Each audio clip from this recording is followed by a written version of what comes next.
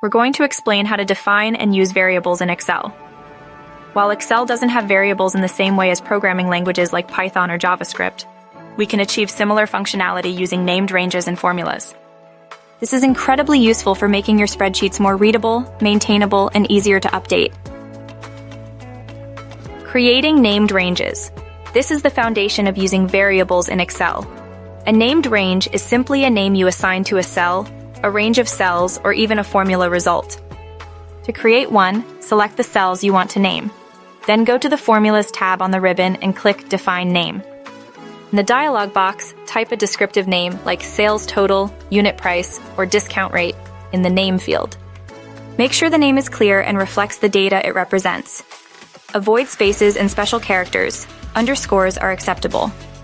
Click OK. Now you can use that name in your formulas instead of directly referencing the cell. Using named ranges in formulas. Once you've defined a named range, you can use it just like a cell reference in any formula. For example, if you've named the range containing your total sales total, you could use a formula like sales total 0.1 to calculate 10% of the total sales.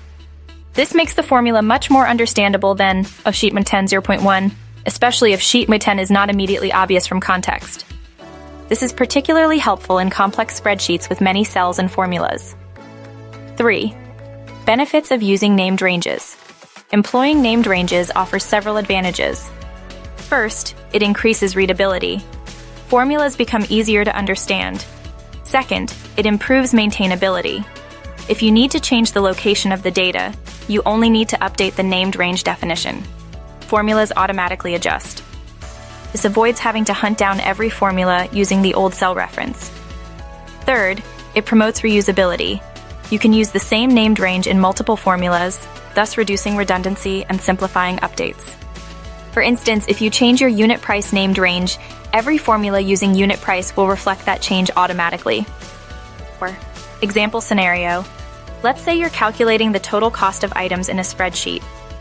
You have a column for quantity, a column for price per unit, unit price, and you want a column for total cost, total cost. You could define named ranges for each of those columns. Then, in the total cost column, you'd use a formula like E quantity unit price. This is much cleaner and more understandable than using cell references like E cells A to B2.